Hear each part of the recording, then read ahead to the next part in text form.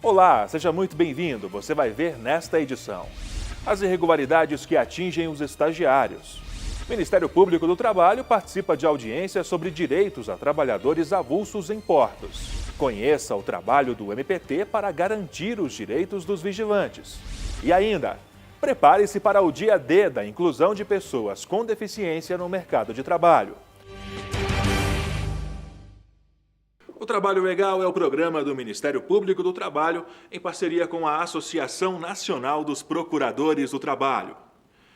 Muita gente conhece alguém ou até já foi um estagiário, mas você sabe como o estágio deve funcionar para que não seja desvirtuado? Os direitos dos estagiários estão previstos em lei, mas muitas vezes ela é ignorada, abusos são cometidos e seu principal objetivo não é alcançado. No contrato estava como que eu seria apenas um auxiliar de caixa, né? Mas às vezes eu ia para outras funções, ficava empacotando, ia para a padaria, para sessões. Vamos chamar a estudante que não quis aparecer de Laura. Ela está movendo uma ação contra a empresa. Durante boa parte do tempo no estágio, trabalhou sozinha no caixa e muitas vezes tinha que sair do mercado para trocar dinheiro, além de fazer limpeza do estabelecimento, dentre outras atividades. Uma atividade dessa natureza, de limpeza, de servir cafezinho, de preencher cartuchos de tintas, né, com toner, como nós já tivemos aqui na nossa experiência profissional.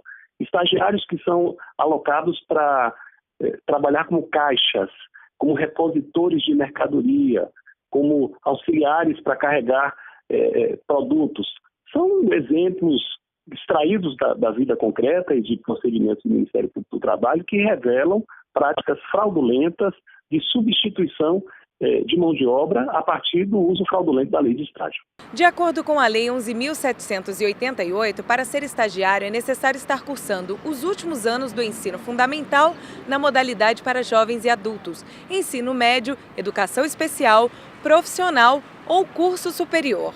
Apesar do estágio para alunos dos anos finais do ensino fundamental estar previsto em lei, nem todos os estados permitem essa prática, como é o caso do Distrito Federal. Aqui em Salvador, pelo menos, né, também tem acontecido assim, né? Porque de fato há uma dificuldade do desenvolvimento do estágio para esse tipo de aluno, né? Haja vista a necessidade de você estabelecer uma conexão entre os conteúdos pedagógicos e a prática do estágio. De acordo com a lei, o objetivo do estágio é preparar o estudante para o trabalho e não obrigar o estagiário a ocupar o lugar de um profissional. Trabalhava de manhã, à tarde, corrigia trabalhos, às vezes quando ela não podia aplicar alguma matéria, eu aplicava também. A minha área da faculdade é de português e inglês. Aí lá era tudo, matemática, história, tudo que precisava corrigir, passar para os meninos de 8 às 18, as atividades, às vezes precisava limpar uma sala. E a lei também estabelece que o estágio só pode ser prestado se houver a supervisão e orientação de um profissional da mesma área de formação do curso em que o estagiário está matriculado. E o limite máximo é de 10 estagiários por profissional supervisor. Com relação a alguns cursos, vamos supor, o curso de letras, curso de pedagogia, precisa ter um cuidado também ao desenvolvimento dessas atividades em sala de aula, porque ele, enquanto estágio, ele está ali como aprendiz. Um estudante que se submeta e que é submetido a esse tipo de situação, ele pode reclamar na Justiça do Trabalho todos os direitos trabalhistas, porque de fato ele atuou como empregado e não como estagiário. E a jornada diária de trabalho do estagiário também é diferenciada. Não pode ultrapassar as 6 horas. Malena precisava levar cadernos de alunos para casa, ficar além do horário, sem qualquer compensação e ainda era assediada moralmente. Às vezes, alguma coisa de errado que eu não conseguia fazer, eles me tratavam como incompetente. Diferentemente de Laura, a jovem acabou não processando a escola. Uma das razões seria o pavor que passou a ter do local e da dona da escola. Eu tive muito medo no início e era muito leiga na época. O Brasil tem cerca de 1 milhão de estagiários e casos como o de Laura e Malena não são exceção. No Rio Grande do Norte, o Ministério Público do Trabalho requereu na Justiça que o Detran e a Caixa Econômica Federal cessassem a prática fraudulenta e pagassem indenizações milionárias por danos morais coletivos. A Caixa acabou condenada a pagar R$ 300 mil e o Detran 900 mil. No Rio Grande do Sul, o MPT também moveu uma ação contra a Caixa e pediu indenização de R$ 500 mil por danos morais coletivos. Ainda em 2016, a pedido do MPT, a Justiça condenou a Junta Comercial do Estado de Pernambuco e a Faculdade Unifavip de Caruaru a pagarem R$ 20 mil cada uma por dano moral coletivo. Todos os processos foram movidos após a comprovação de desvirtuamento do estágio. Pesquisa realizada pela Associação Brasileira de Estágios revela que as empresas efetivam de 40% a 60% dos estagiários contratados nos últimos anos de seus cursos. Segundo essa consultora de carreira, iniciar um estágio o quanto antes é importantíssimo e o empenho em levar novas ideias ao trabalho pode garantir contratação, inclusive antes do fim do curso. Fazer algo diferente, não só estar ali fazendo exatamente o que está no contrato, buscar trazer ideias, trazer inovações da faculdade, né, da teoria, o que ele pode aplicar dentro da faculdade, da empresa que ele está estagiando, promover o desenvolvimento mesmo da empresa, né, para que ele entenda que ele é parte integrante daquela empresa, ele quer contribuir para o desenvolvimento daquela empresa. E não esqueça, muita atenção na hora de estagiar. Se você for submetido a alguma irregularidade dessas, denuncie ao MPT no www.mpt.mp.br. O Ministério Público do Trabalho participa de audiência na Comissão de Trabalho, de Administração e Serviço Público da Câmara dos Deputados. O tema: os direitos dos trabalhadores sem vínculo empregatício em portos do Brasil. O encontro teve como objetivo discutir o projeto de lei 2868 de 2012, do deputado Carlos Bezerra, do PMDB mato-grossense. A proposta visa legitimar os direitos de profissionais portuários também para os trabalhadores sem vínculos empregatícios, os chamados trabalhadores avulsos. A audiência foi convocada pelo deputado Vicentinho, do PT de São Paulo. Nós aqui cumprimos um papel que é expor as ideias, as diferenças, na perspectiva que a votação seja mais consistente possível.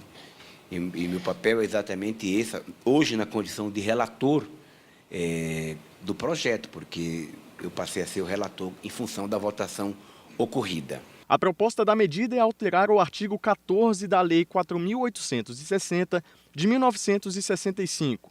Atualmente, a legislação não prevê direitos ao profissional portuário sem vínculo formal, especificamente em casos envolvendo situações insalubres e de risco. Para a Associação Nacional dos Magistrados da Justiça do Trabalho, a ANAMATRA, o tratamento dado ao trabalhador avulso deve ser mudado o quanto antes. De qualquer forma, ele fica sempre subordinado a um intermediário de mão de obra, seja sindicato, seja o órgão gestor. E isso causa uma dificuldade enorme de interpretação. A Constituição assegura a ele os direitos dos demais trabalhadores e, ao mesmo tempo, leis infraconstitucionais limitam essa exata proporcionalidade, né, ou essa igualdade entre a Constituição, né, estabelecida entre trabalhador avulso e os demais trabalhadores, criando uma figura completamente jogada ao limbo. Né? O trabalhador avulso ele é uma subcategoria de trabalhador, algo que nós não deveríamos aceitar com tanta parcimônia quanto aceitamos. O Ministério Público do Trabalho também esteve presente no debate. Augusto Meirinho, procurador do Trabalho e representante da Coordenadoria Nacional do Trabalho Portuário e Aquaviário do MPT, a CONATPA, chamou a atenção para a singularidade do serviço realizado nos portos. A atividade portuária ela é extremamente complexa e nós não podemos fazer uma análise aplicando simplesmente alguns princípios que parecem ser evidentes do direito. É necessário uma análise histórica, né, da forma como o trabalho portuário é prestado nos portos brasileiros. O adicional de risco deve ser aplicado para todos os trabalhadores portuários, tanto formais quanto avulsos. As posições que seriam evidentes, né, seria de identificar o adicional, né, de risco, né, de 40% previsto na Lei 4.860, né, num percentual de 40% sobre a hora trabalhada, o que seria mais benéfico do ponto de vista da comparação com o adicional de insalubridade, né, previsto para os trabalhadores seletistas, né, e aí, no entendimento da aplicação da isonomia, seria, né, tanto que esse parece ser o fundamento do projeto de lei apresentado pelo deputado Carlos Bezerra, de estender para os trabalhadores esse adicional. A aprovação do projeto visa esclarecer normativas ao Tribunal Superior do Trabalho, que até o momento não define quais são os direitos dos profissionais de portos sem carteira assinada. MPT apresenta a iniciativa de trabalho decente em Congresso Mundial realizado em Singapura. O Procurador-Geral do Trabalho, Ronaldo Fleury, esteve em Singapura para apresentar os observatórios digitais de trabalho escravo e de saúde e segurança do trabalho durante o 21º Congresso Mundial em Segurança e Saúde do Trabalho. A iniciativa é do Smart Lab de Trabalho Decente, uma parceria do Ministério Público do Trabalho e da Organização Internacional do Trabalho. Também integraram a comissão os procuradores do trabalho Luiz Fabiano de Assis, coordenador técnico do Smart Lab, e Tiago Gurjão, assessor de assuntos internacionais do MPT. As ferramentas representam um grande avanço em termos de gerenciamento efetivo de políticas públicas. Os 2 observatórios concentram dados sobre o trabalho escravo, acidentes e doença do trabalho e permitem mapear essas ocorrências por faixa etária, setor e área geográfica, por exemplo. A parceria do MPT com a OIT visa dar um panorama completo sobre o contexto socioeconômico para a ocorrência de acidentes de trabalho e trabalho escravo na atualidade. O 21º Congresso Mundial em Segurança e Saúde do Trabalho teve o objetivo de promover a troca de informações e experiências entre especialistas na área e representantes de governos, sindicatos e empresas privadas de todo o mundo. O Trabalho Legal faz agora uma pausa e logo mais você vai conhecer o Setembro Amarelo, mês que trata da prevenção do suicídio. Em 1 minuto.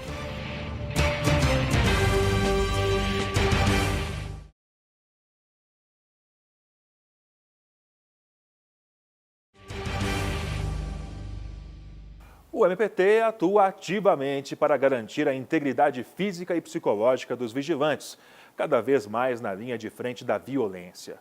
Acompanhe na reportagem mais detalhes dessa profissão. As imagens mostram mais um caso de violência contra um trabalhador durante o expediente. No último mês de julho, o vigilante Carlos Carvalho, de 51 anos, foi assassinado enquanto trabalhava fazendo a segurança de um centro esportivo na Candangolândia, cidade satélite do Distrito Federal. Infelizmente, a violência e a retirada de direitos trabalhistas não eram problemas apenas de Carlos. A profissão de vigilante é tida como uma das mais perigosas e difíceis hoje no Brasil. E o Ministério Público do Trabalho alerta: eles são tratados como peças de fácil reposição e sofrem as consequências físicas e psicológicas de ações criminosas enfrentadas no exercício da profissão. O quadro sintomático inclui ideia de perseguição, sensação de desamparo e impotência, estresse, além de dificuldades para dormir e até depressão.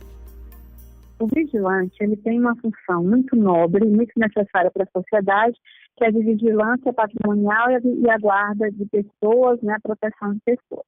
Mas ele não é um super-homem.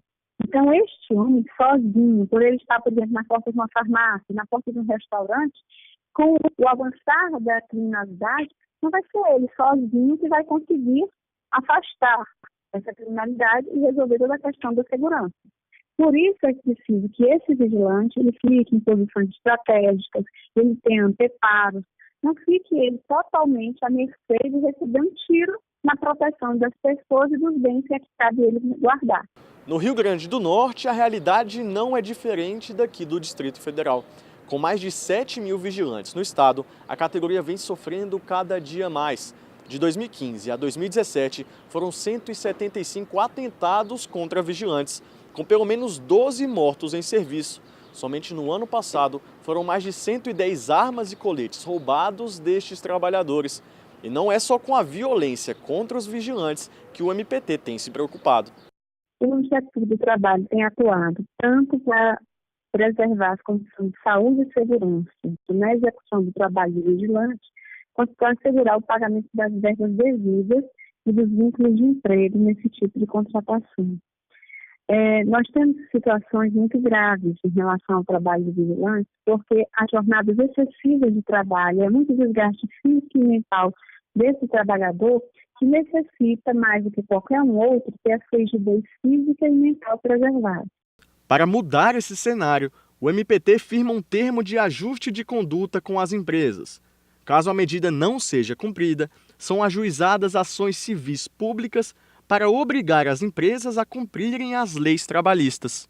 Estamos requerendo nas ações civis públicas que as empresas não prorroguem a jornada de trabalho além dos limites legais, que concedam aos empregados períodos de descanso previstos na legislação e que organizem escalas de revezamento, para que os trabalhadores que trabalham na escala de 12 por 36, ou seja, 12 horas de trabalho por 36 de descanso, não sejam chamados a trabalhar antes de terem recomposto suas forças, ou seja, antes de terem gozado todo o período de descanso. No Distrito Federal, o Sindicato dos Vigilantes também atua, em parceria com o MPT, em busca de melhores condições para a categoria.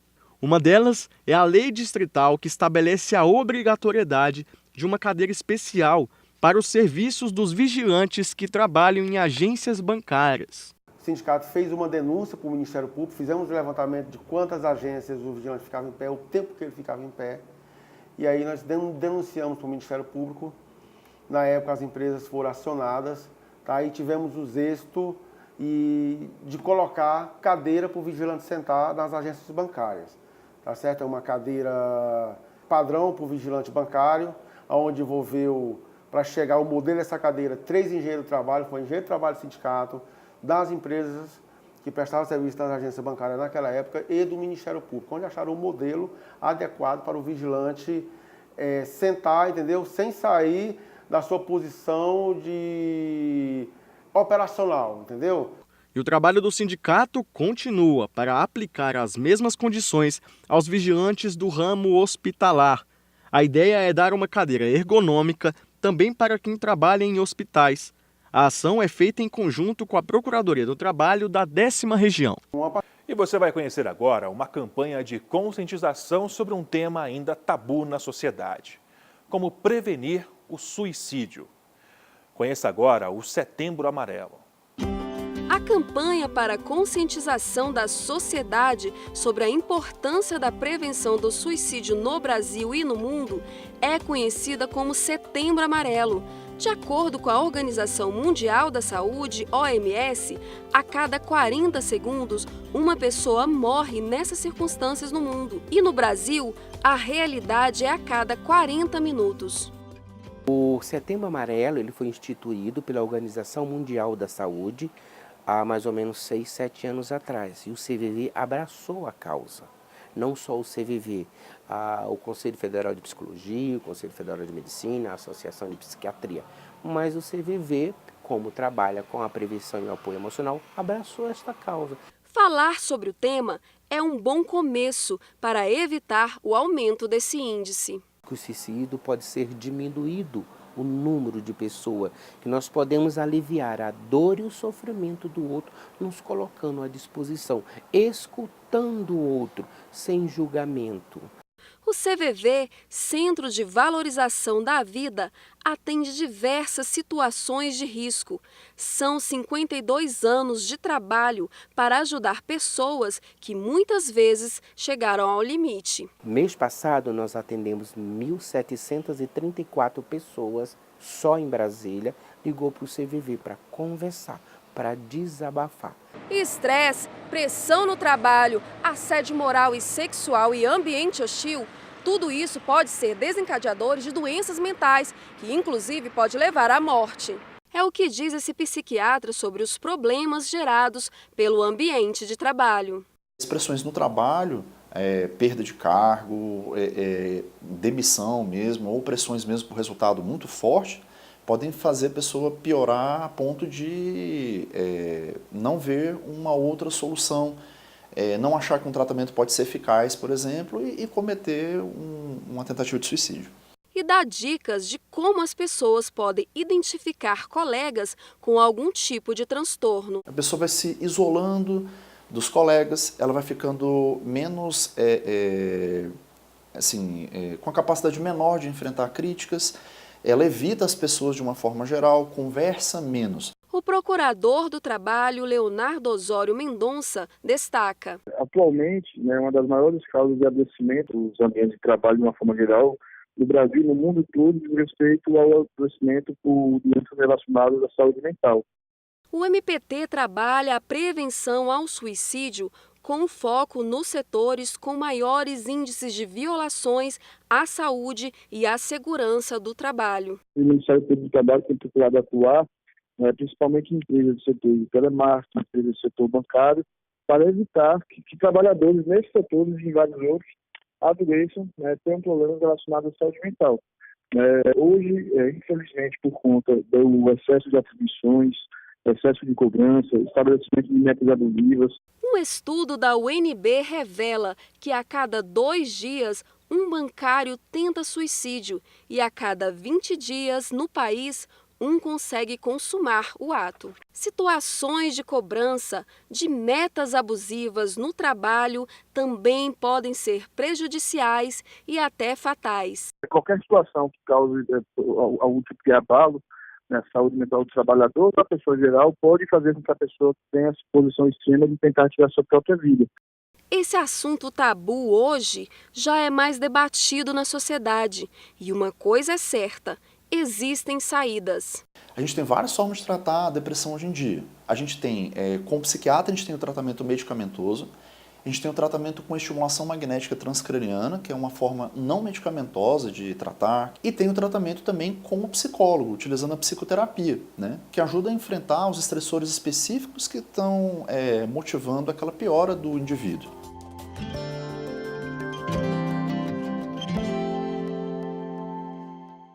E daqui a pouco, um dia especial para estimular a inclusão de pessoas com deficiência no mercado de trabalho.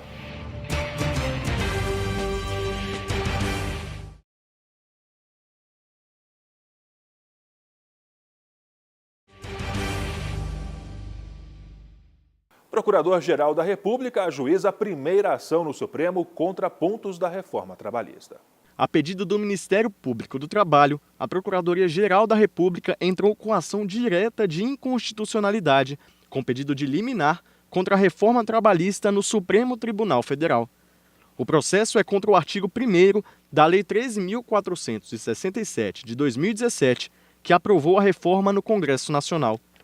Conforme apontado, além de reduzir os direitos trabalhistas com 96 modificações na CLT, a reforma também fere a Constituição ao impor restrições à garantia da gratuidade judiciária na Justiça do Trabalho. A ação mostra ainda que a inconstitucionalidade está presente na alteração dos artigos 790-B, 791-A e 844 da CLT.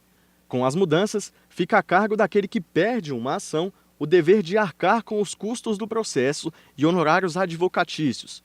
E mesmo que comprove ser beneficiário da justiça gratuita, a nova regra autoriza o uso de créditos trabalhistas recebidos em qualquer processo para pagar esses valores. O MPF pede também a concessão de medida cautelar para suspender de imediato esses trechos, por considerar uma violação ao direito fundamental de acesso à jurisdição trabalhista. De acordo com o Procurador-Geral do Trabalho, Ronaldo Fleury, o MPT formou um grupo de trabalho que continua analisando outros pontos dessa lei que ferem a Constituição e normas internacionais. E 21 de setembro é um dia especial para estimular a inclusão de pessoas com deficiência no mercado de trabalho. Acompanhe agora a reportagem sobre o Dia D. Ele caminha com dificuldades. O William teve poliomielite após o nascimento. O jornalista, apesar da formação, tem dificuldades para voltar ao mercado de trabalho. Cerca de 1 ano e meio e já tem esse bom tempo que eu estou desempregado. O que o William quer é uma oportunidade. Vagas a gente encontra, mas não é aquela vaga que você imagina, que você tanto anseia quanto você estudou. Mas nem todas as pessoas com deficiência estão nessa situação. Graças à lei de cotas, alguns ainda conseguem ingressar no mercado de trabalho. Casos como o Leandro, por exemplo, que há 7 anos entrou na empresa como massagista e hoje coordena uma equipe de 15 funcionários. O Leandro tem apenas 30% da visão e desde os 11 meses de idade fez várias cirurgias. Ele conta que, apesar de algumas dificuldades, consegue desempenhar muito bem o seu trabalho. Lógico que a gente tem uma certa dificuldade em algumas coisas, mas acho que até pela equipe que a gente tem, eles dão bastante suporte, às vezes algumas coisas que eu não consigo, eles estão sempre ajudando, tal, é bem tranquilo. Acontece que nem todas as empresas seguem as regras da lei de cotas. É o que diz um dado divulgado em 2016 pelo Ministério do Trabalho. Se as empresas seguissem a lei, mais de 800 mil postos de trabalho estariam disponíveis para essas pessoas. Em todo o país, 6,2% da população brasileira possui pelo menos algum tipo de deficiência. A Lei nº 8.213 de 1991, conhecida como a Lei de Cotas, estabelece: empresas com 100 até 200 funcionários devem reservar 2% das vagas para trabalhadores que possuam alguma deficiência. Entre 201 a 500, a cota legal é de 3%. De 501 a 1.000 funcionários, 4%. E de 1.001 em diante, tem que destinar 5% das vagas às pessoas com deficiência.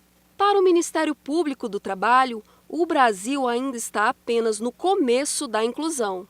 A Lei Brasileira de Inclusão, na verdade, nós estamos ainda nos primeiros passos de aplicação e de fiscalização dela, por conta, inclusive, de ações, de movimentos de pais, de pessoas com deficiência, exigindo que as escolas passassem a se adaptar à Lei Brasileira de Inclusão. Para a procuradora, a fiscalização em áreas como transporte e educação já são feitas, mas em relação a empregos... Na área trabalhista, na área de saúde, nós ainda precisamos andar a passos mais largos, né? A lei tem sido muito pouco discutida e sempre que se fala em pessoa com deficiência e trabalho, se fala em cota. Ela ainda complementa. A pessoa com deficiência, para chegar no trabalho, ela passa pelo transporte. Ela passou pela educação, ela precisa da saúde para se aperfeiçoar, para fisioterapia, para minimizar uma lesão. Ela precisa da reabilitação do INSS, da qualificação profissional, né? Outra preocupação do Ministério Público do Trabalho é com a lei de terceirização. Hoje a cota é calculada por um mínimo de empregados na empresa. Todas as nomenclaturas que não estiverem dentro do conceito empregados, ou seja, aquele empregado direto com carteira de trabalho assinada, não vão ser utilizados para extrair o percentual da cota. A Lei Brasileira de Inclusão de 2015, também conhecida como Estatuto do Deficiente, entrou em vigor no ano passado. Fala de trabalho, mas ela fala de saúde, de assistência social, ela fala de lazer, do esporte, da educação, né? Então, realmente, ela é aí um novo estatuto para tratar de acessibilidade no Brasil. O dia 21 de setembro é considerado o dia D, para estimular a inclusão de pessoas com deficiência no mercado de trabalho. E quem sabe o William agora possa conseguir também seu lugar ao sol. Uma vaga que possa me garantir um emprego que eu tanto sonhei quando sentei no banco da faculdade para poder estudar. E sua participação, como sempre, é muito importante. Sugestões são mais que bem-vindas em nosso e-mail. trabalholegal.pautas@gmail.com é o contato. Outras informações sobre o Ministério Público do Trabalho estão no portal www.mpt.mp.br e também nas redes sociais. Nós agradecemos a sua companhia. Até a próxima edição.